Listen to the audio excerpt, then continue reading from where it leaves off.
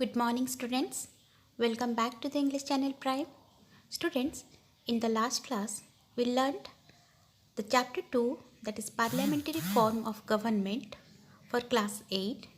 In this lesson, we learned what is parliamentary form of government, why we opted for this, what is the composition of the parliament, and what are the powers of the president, vice president, prime minister, etc.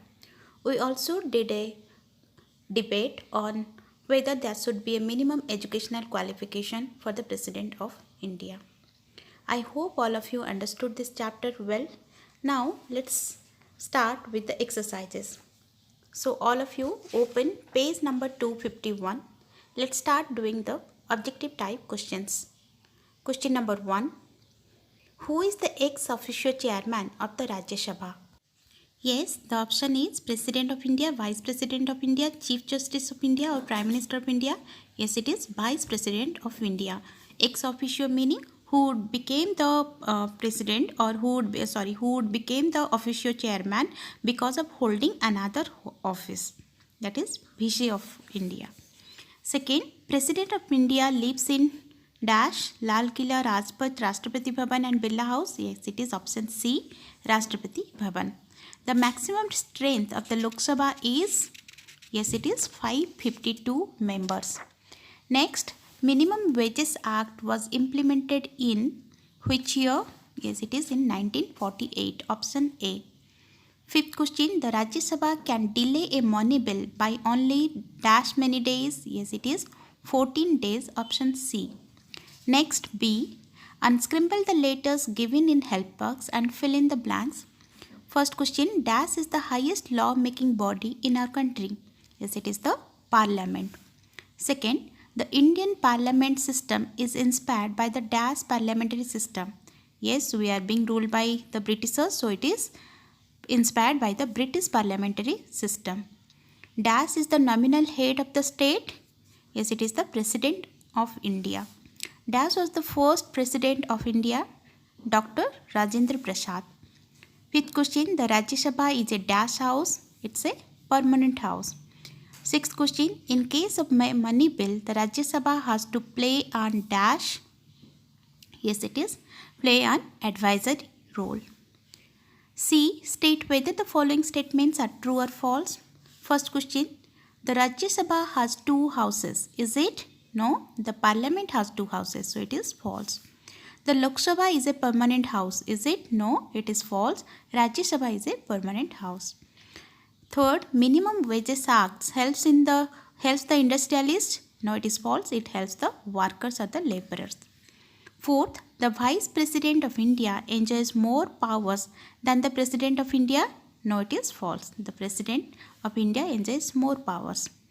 Fifth question, Srimati Indira Gandhi was the first woman Prime Minister of India. Yes, it is true. The President can be removed through impeachment. Yes, it is true. 7. The Prime Minister is the nominal head of the state. No, it is President of India is the head of the state. So, it is false. Second main, very short answer questions. Let's do. First question, name the two houses of the Indian Parliament. Answer, the two houses of the Indian Parliament are first the Lok Sabha, second the Rajya Sabha. Second question, what is the tenure of the Lok Sabha? Answer, the tenure of the Lok Sabha is 5 years. Third question, write any three qualifications for becoming the President of India. Answer, three qualifications for becoming the President of India are: first, he or she should be a citizen of India. Second, he or she must be enlisted in the voters list. Third, his or her age should be 35 years or above. Fourth, he or she should not be a government servant or should not hold a post of profit. Done. Any three you can write down. Third question, short answer questions. First question, wonder what circumstances does the President use emergency powers? Answer, the President uses his or her emergency powers under the three circumstances. First, when there is a danger of foreign attack. Second, if there is a financial crisis before the country. Third, in case of failure of the constitutional machinery. Done. Second question, write a note on the composition of the Lok Sabha. Answer, there may not be more than 552 members in the Lok Sabha. Out of these, 530 represent the states and 20 represent the union territories.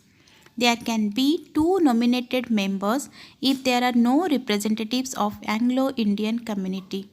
They are nominated by the President of India. Done. Third question, how are the President and Vice President elected? Answer, the President of India is elected indirectly.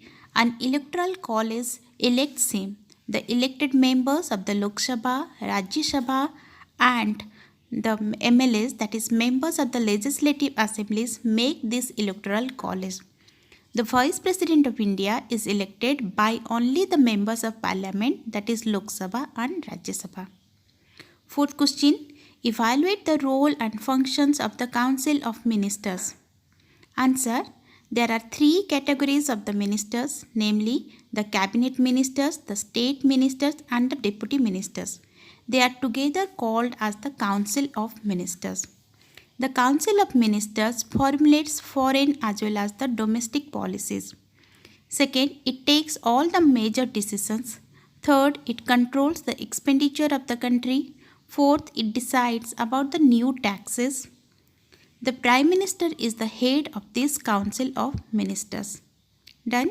Fifth question, what do you know about the Minimum Wages Act? Answer, the Minimum Wages Act was enacted in 1948. The new rates of fixed salaries came into force in January 1953. The rules were subjected to periodic revision. The aim of the Act was to ensure the welfare of the workers by fixing minimum wages. It did not prove very effective. It had many drawbacks and it was amended in 1990. But it was not implemented. Still, the condition of the workers is pitiable. Done. Sixth question. How does illiteracy and poverty together prepare ground for the exploitation of any class or an individual?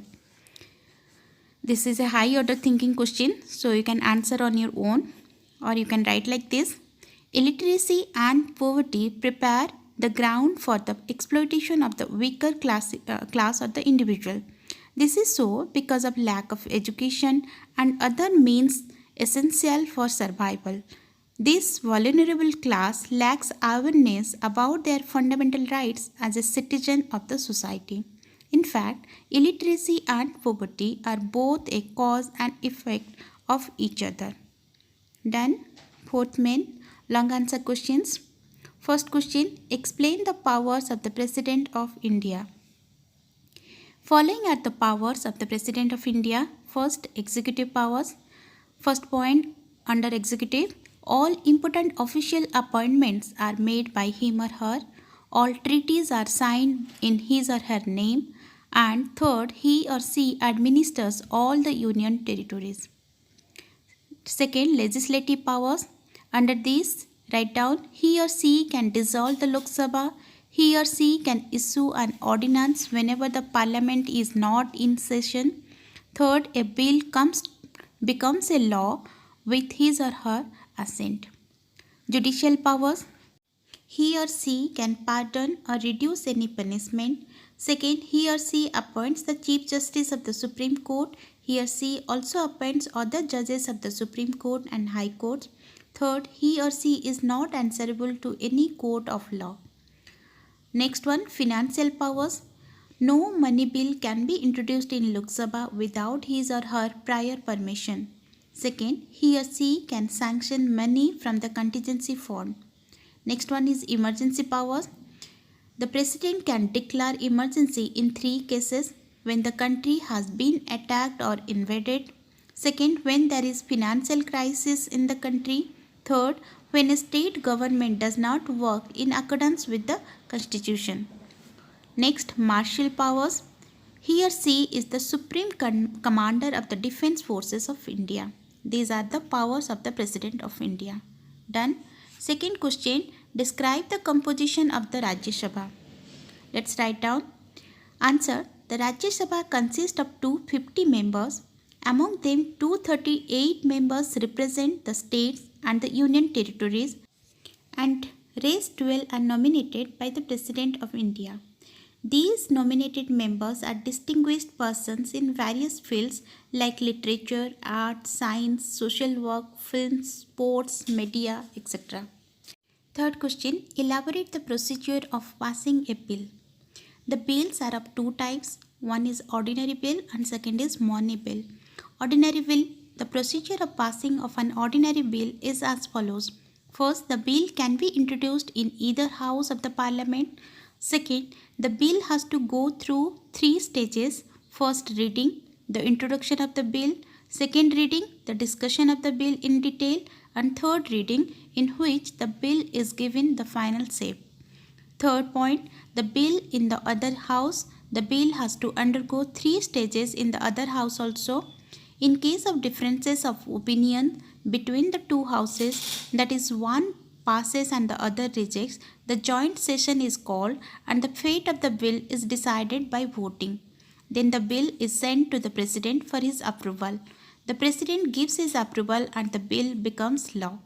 In case the President sends it back for reconsideration, the Parliament may or may not approve his changes and sends the bill to him for his approval. Next is money bill. The money bill can be introduced only in the Lok Sabha. The Rajya Sabha has to return it within 14 days. If it does not return the bill in 14 days, it is assumed to be passed by it. The President cannot return a money bill because it is introduced with his prior permission. Thus, with the signature of the President, the bill becomes a law. Done? Fourth question, evaluate the role of the Prime Minister in Parliament or Union Government. The Prime Minister is the leader of the majority party in the Lok Sabha. He presides over the cabinet meetings. He is a link between the cabinet and the President of India. He is the main policy maker of the nation. Ministers are appointed on his recommendation. If he resigns, it is considered the resignation of the Council of Ministers also. Done? Fifth one, in theory, the President of India can be removed from his office by impeachment, but practically it seems to be impossible. Why? Answer, impeachment is a very complex process and can be initiated by any house. It requires 1/4 majority of the house and 14 days written notice. 2/3 of the members' support is required for consideration of other house. So it is a very difficult process. Next, sixth question. Why does the President nominate 2 members of the Anglo-Indian community in the Lok Sabha? Answer, President nominates the 2 members of the Anglo-Indian community in the Lok Sabha so that they as minorities can be represented in the Indian Parliament. Done, children? Hope all of you understood.